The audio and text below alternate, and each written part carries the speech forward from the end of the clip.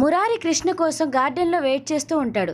ఇక మురారిని చూసి ముకుంద అక్కడికి వచ్చేసి, మురారి నా కోసమే వెయిట్ చేస్తున్నావా? నేను కూడా ఎప్పటి నుంచో నీతో మాట్లాడాలి ఏకాంతంగా అనేసి అనుకుంటున్నాను. సరైన టైం దొరికి ఇంకెన్ని రోజులు మనమిద్దరం ఇలా ఉండడం? నువ్వు ఆ కృష్ణతో కలిసి ఉంటే నేను చూడలేకపోతున్నాను. నాకు అస్సలు నచ్చడం లేదు.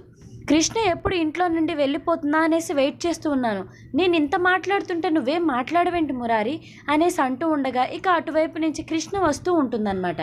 అసలు కృష్ణ గార్డెన్కి ఎందుకు వస్తుందంటే మురారి కృష్ణ కోపం తగ్గించడానికి, ఇక తనకి చెప్పాల్సిందంతా కూడా ఒక మెసేజ్ రూపంలో టైప్ చేసి తనకి సెండ్ చేస్తాడనమాట కృష్ణకి. ఇక అది చదివి కృష్ణ వెంటనే గార్డెన్కి వస్తూ ఉంటుంది మురారి కోసం.